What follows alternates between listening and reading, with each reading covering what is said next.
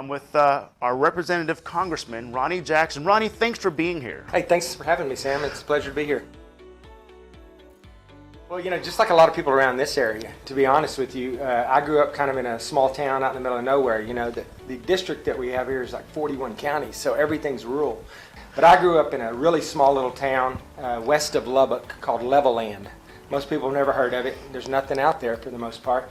It's flat. We don't have any trees. We don't have any water. We have a lot of oil and we have a lot of cotton, and that's what everyone does out there.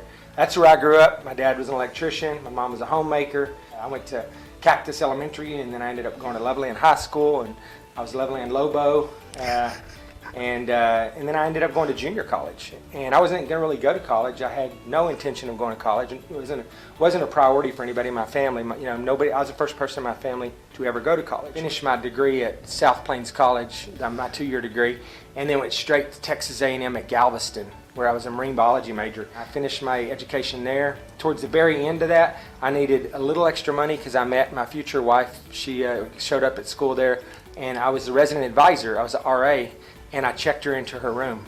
And so that's how we met. And then when I started dating her, I needed a little extra money to take her out and do stuff. So I went across the street and got a job at the hospital. There's the University of Texas Medical Branch, which is the biggest, the main medical school for the University of Texas. And I went over there. I never ever thought about being a doctor. It never crossed my mind.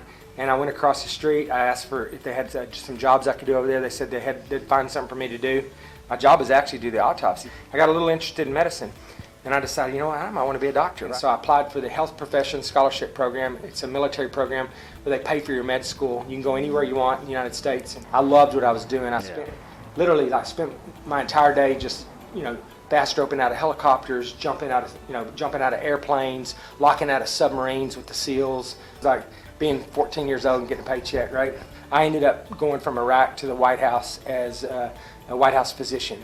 And then I spent 3 years with the Bush administration, 8 years with the Obama administration, and 3 years with the Trump administration. So I spent my last 14 years on active duty at the White House. All right, so you've been in the military for all this time. Yeah. And so what is the thing that you miss most about Texas? I miss being home. I miss the people in Texas is the main thing, because the people in Texas are very different than people, anywhere else in the country. Certainly different than the people up in the Northeast and on the West Coast, and just a lot friendlier, just a lot more fun to be around. So I'd always been looking for an opportunity to come back home to Texas as soon as possible. And I was a Texas resident the entire time I was in the military. I voted in Texas. I came home all the time, to see my folks when I could. What's your favorite food that you miss from Texas? Like you come back to? Hands down, Mexican food is my favorite, yeah. I love Mexican food and barbecue, and you can't get good Mexican food in most places. Well, really, it was just the nastiness of it all, like I said, I worked for 3 presidents. I worked for Bush, Obama, and Trump, and so I just got really disgusted and frustrated. And honestly, there's a period of time where I was like, I hate this place. I can't stand D.C. I can't stand the people here, the politics here. It's disgusting. It's a swamp. It's a sewer. And I just wanted to go home. More than anything, I want to get out of here. I want to go home to Texas. And that's all I could think about. My wife as well. People ask me all the time, what's it like, being in Congress? How do you like the job? I just have to be honest. I tell people I've had better jobs.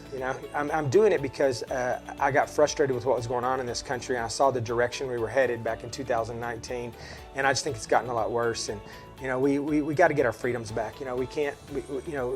The government's way too involved in our day-to-day lives. There's just very few things that we pay the government to do. They should provide a national defense for us and things of that nature. And I just want a small government that stays out of our way and lets us, basically have the American dream and makes it available to everybody.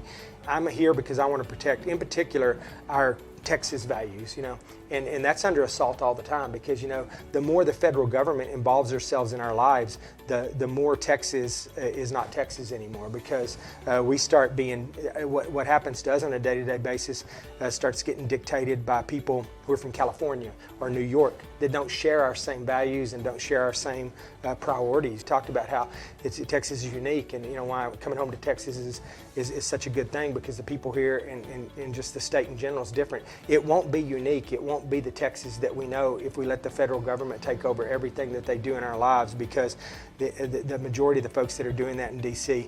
are people that come from California and New York and places like that. So we really have to fight hard to protect our state. and that's what I'm doing on the federal level.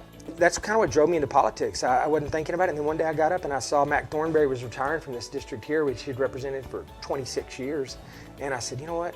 I could go up there and I could do something about what's going on in this country. I could get in that race and I could represent those folks up there without changing anything about who I am. Politically, socially, culturally, economically, I'm on the same page. Because you were born and raised here. Because and I was carry our exactly. values. I was born and raised here. I'm one of you.